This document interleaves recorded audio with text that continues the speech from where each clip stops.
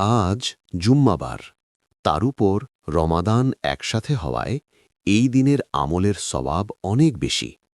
তাই আজকে কিছু বিশেষ আমল করতে পারেন। বেশি বেশি দুরুদ শরীফ পড়া, বিশেষ করে দুরুদে ইব্রাহিম। কমপক্ষে ১০০ বার পড়ার চেষ্টা করুন। জুম্মার দিনে দুরুদ পড়ার ফজিলত অনেক বেশি। সূরা কাহাফ তেলাওয়াত করুন। আজকের দিনে পড়ার জন্য সবচেয়ে গুরুত্বপূর্ণ আমল সূরা আল কাহাফ।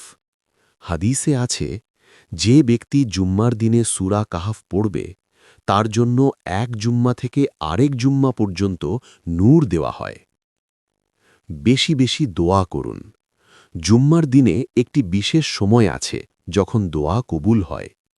এই দোয়া পড়তে পারেন, রব্বানা আতিনা ফিদ্দুনিয়া হাসানা। জুম্মার নামাজের আগে পরিষ্কার পরিচ্ছন্নতা। পবিত্র জুম্মার নামাজের আগে গোসল করা, পরিষ্কার কাপড় পরা, আতর ব্যবহার করা, এসব সুন্নাহ। বেশি বেশি ইস্তিগফার পড়ুন। পড়তে পারেন আস্তাগফিরুল্লাহ, কমপক্ষে ১০০ বার।